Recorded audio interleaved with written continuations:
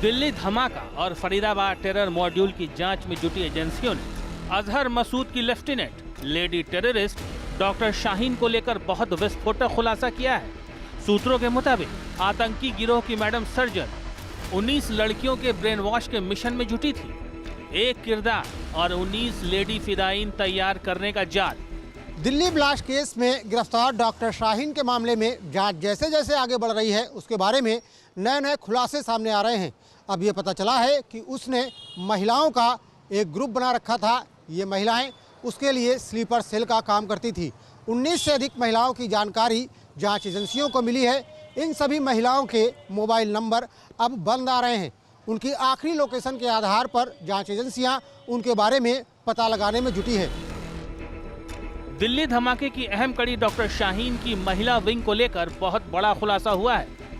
सूत्रों के मुताबिक डॉक्टर शाहीन जैश की महिला विंग जमातुल मोमिनात की इंडिया हेड बनाई गई थी। शाहीन ने आतंकियों की लेडी ब्रिगेड को तैयार करने के लिए कानपुर को बेस बनाया हुआ था। सूत्रों के मुताबिक कानपुर में डॉक्टर शाहीन धार्मिक कार्यक्रम का आयोजन करती थी।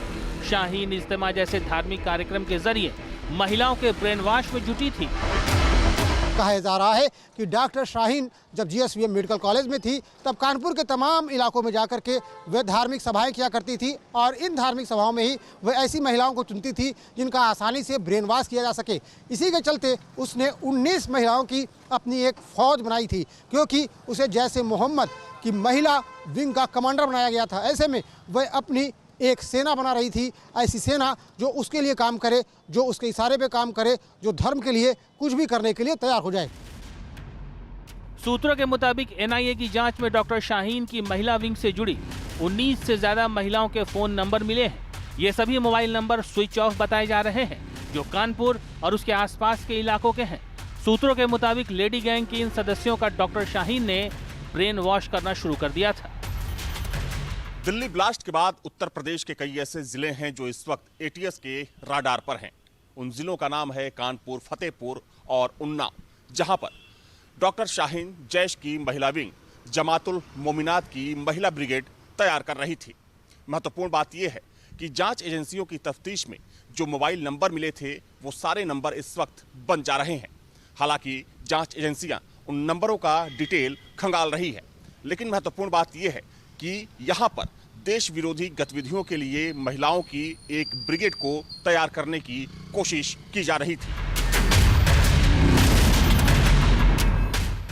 सूत्रों के मुताबिक शाहीन के मोबाइल फोन में दर्ज कई नंबर कानपुर के आसपास के इलाकों के हैं और इस वक्त बंद है। ऐसे में बड़ा सवाल यह है कि आखिर शाहीन ने कानपुर को ही अपनी साजिश का सेंटर क्यों चुना?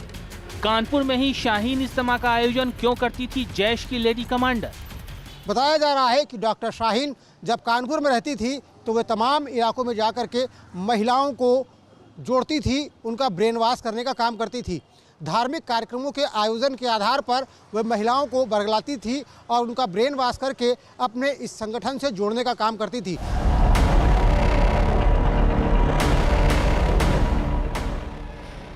लेडी डॉक्टर शाहीन ने कानपुर को ही जैश के लेडी गैंग बनाने का सेंटर क्यों चुना था? इस सवाल के जवाब को डिकोड करने से पहले डॉक्टर शाहीन का कानपुर से कनेक्शन समझना जरूरी है। सूत्रों के मुताबिक 10 नवंबर को दिल्ली धमाके के करीब 25 दिन पहले डॉक्टर शाहीन कानपुर आई थी। एनआईए और यूपी एटीएस की ज्वाइंट छापेमारी में कानपुर के हितकारी नगर से हरियाणा नंबर की एक कार भी बरामद की गई है। एजेंसियों को शक है कि इस कार का इस्तेमाल शाहीन गैंग के द्वारा किया जा रहा था। एजेंसियां इस बात की भी जांच कर रही है कि ब्लास्ट से ठीक 25 दिन पहले डॉक्टर शाहीन कानपुर क्यों आई थी, वो किन किन लोगों से मिली थी और किन किन डॉक्टरों से उसने संपर्क बढ़ाया था। इन सारे मामलों को लेकर एनआईए और यूपी एटीएस ने जांच तेज कर दी है। सूत्रों के मुताबिक डॉक्टर शाहीन ने साल 2006 से 2013 तक कानपुर के जीएसवीएम मेडिकल कॉलेज में फार्माकोलॉजी डिपार्टमेंट में बतौर प्रोफेसर और विभागाध्यक्ष काम किया था। यूपी एटीएस और एनआईए के सूत्रों के मुताबिक कानपुर में रहने के दौरान डॉक्टर शाहीन ने शहर के मुस्लिम बहुल इलाकों जैसे बेकनगंज, चमनगंज और जाजमऊ जैसे इलाकों में अपना नेटवर्क बना लिया था। दिल्ली धमाके के सिलसिले में आरोपी डॉक्टर आरिफ को भी कानपुर से ही गिरफ्तार किया गया था, जिसने कथित तौर पर डॉक्टर शाहीन से संपर्क बनाए रखा था। जांच में ये भी सामने आया है कि शाहीन और उससे जुड़े मॉड्यूल ने कथित तौर पर कानपुर से 2 पुरानी कारें खरीदी थी, जिनका इस्तेमाल 5 शहरों में धमाकों की साजिश रचने में किया जाना था। दरअसल शाहीन ने कानपुर मेडिकल कॉलेज में 7 साल गुजारे थे और इस दौरान उसका नेटवर्क यहाँ मजबूत हो गया था।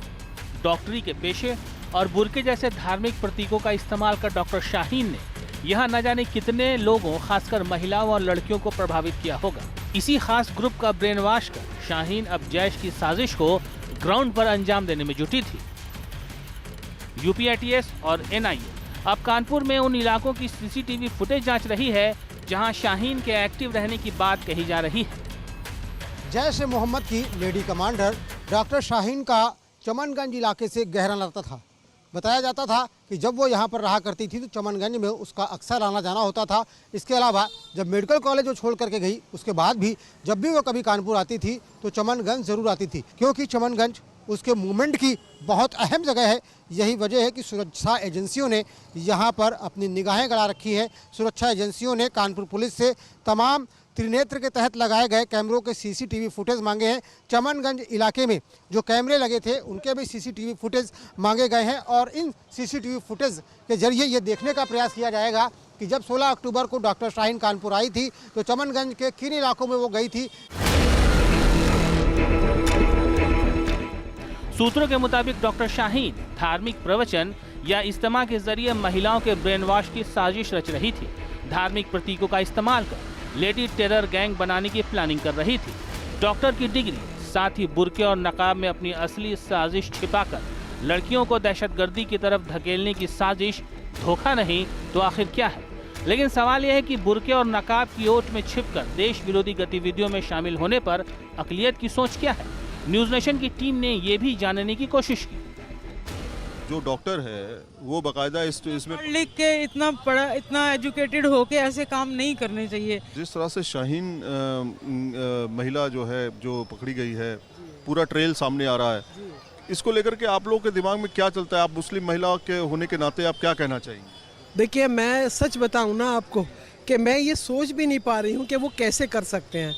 इतना बड़ा दुख है इस चीज़ का हमारे दिल में, जो हम दुख को बयान भी नहीं कर सकते। एक डॉक्टर्स कितनी मुश्किल होता है एक डॉक्टर बनाना, और ख़ास तौर से एक बेटी को भी पहनती है, हिजाब भी करती है। देखिए, कहीं नहीं लिखा कि आप बुर्का पहनकर, मतलब और भी गंद है ये तो।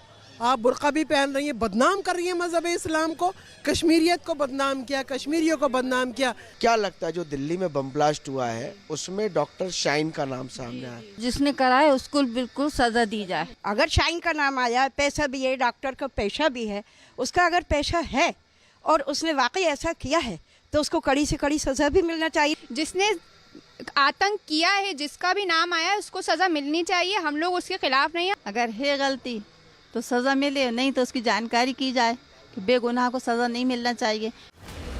साफ है कि समाज एक तरफा तौर पर डॉक्टर शाहीन की कारगुजारी की मजम्मत कर रहा है। डॉक्टर शाहीन की साजिश जैसे मोहम्मद के हैंडलर्स के इशारे पर अंजाम दी जा रही थी। 10 नवंबर के ब्लास्ट के बाद अब जांच जैसे जैसे आगे बढ़ रही है, नए नए खुलासे हो रहे हैं।